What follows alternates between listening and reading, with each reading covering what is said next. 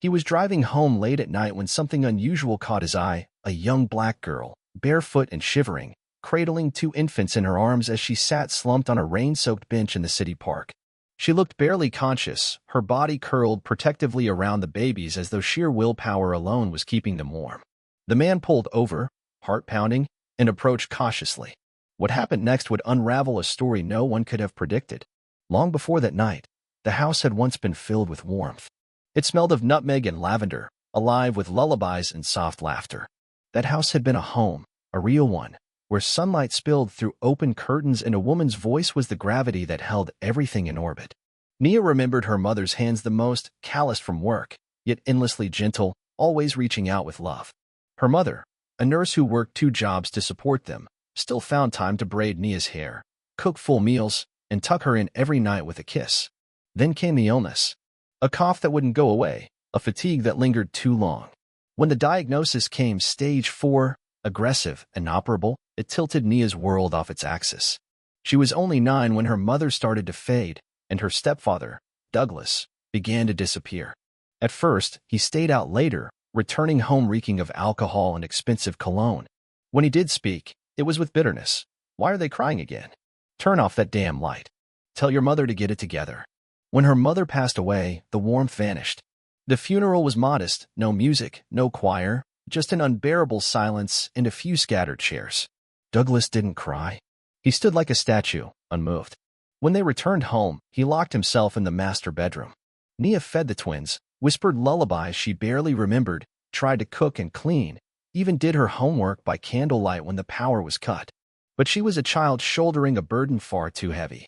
Douglas came down from his self-imposed exile on a stormy Wednesday. The roof was leaking again. He looked around the kitchen, then stared at the twins in their shared crib. She left them with me, he muttered, slurring, knowing I didn't want them. They aren't mine. Just reminders. Failures. He reached into the crib too fast, his hand closing around Zola's arm. She screamed. Nia reacted without thinking, snatching Zola away and backing off. Her scream startled him long enough for her to escape upstairs. That night, she didn't sleep. She pushed a dresser against the bedroom door and whispered promises to her sisters she wasn't sure she could keep. When she came downstairs in the morning, Douglas was gone. A half-empty bourbon bottle sat on the counter. The front door was ajar. Rain poured outside. Nia fed the twins in silence. Something inside her began to harden. 2 nights later, he returned, dragging a broken chair through the door. Nia, who had fallen asleep with the babies in her arms, jolted awake as the chair crashed against the wall. Douglas loomed over her, ranting about not being a charity, about not raising someone else's kids. That night, Nia remembered the envelope. Her mother had shown it to her once, hidden inside an old coat in the back of the closet. It had a name, a letter, an address. If anything happens to me, her mother had whispered, this is for him. Grayson. She didn't know Grayson. Just that he had kind eyes and had worked with her mom on a housing project once. But it was all she had. That night, Nia packed formula, a worn blanket, a stuffed lion, the letter. She bundled the twins and left through the side door into the cold night. She walked for hours. People ignored her. Some crossed the street. One gas station clerk kicked her out. A church was locked. She sat on the steps and fed the twins the last of the water. Her feet were blistered, her arms numb from carrying them. She curled beneath a cracked bus shelter in a park, cradling them to her chest. I'll find him, she whispered, more to herself than them. Her eyes closed. The last thing she saw was a car slowing nearby. Morning brought rain and rust. Her blanket was soaked. The babies were cold, too quiet. Relief flooded her when they stirred. She had nothing left, no food, no shelter. She wandered the city, shivering. At a diner, she was told to leave. On the sidewalk, she collapsed. No one stopped. Eventually, she reached another park, tucked between abandoned buildings. She hid behind bushes, held the twins close, and fell asleep again. When she awoke, footsteps approached. A voice, cautious, oh my God. Then everything went black. She awoke in warmth. Clean sheets. Curtains filtering sunlight. A man stood nearby with Zola in his arms. I'm Grayson, he said gently. I found you in the park. She didn't respond, only watched him place Zola in a bassinet. Later, a woman named Isabel entered, kind-eyed, calm. She fed the babies, bathed them, helped Nia change into warm clothes. Grayson brought her food. When Nia finally spoke, her voice cracked. He was going to hurt them. She told them everything: the abuse, the fear, the letter. Grayson listened. He read the letter aloud. It granted him legal authority, signed by Nia's mother. He vowed to protect them. The next day, they filed for emergency guardianship. Nia began to believe they might be safe. But that belief shattered when Douglas appeared at the front gate, demanding entry, calling the girls his. Grayson refused. Security was tightened. Police were notified. But Nia's fear lingered. That night, Douglas returned. He disabled the generator, slipped through an unlocked door, and took Zola from her crib. Nia awoke to an empty bed. Her scream pierced the house. Grayson checked the security footage and saw him hiding in the garden shed. Nia knew it. She ran through the rain and confronted him. He cradled Zola, rambling about betrayal. Grayson arrived, demanding he surrender. When Douglas hesitated, Nia lunged and pulled her sister free.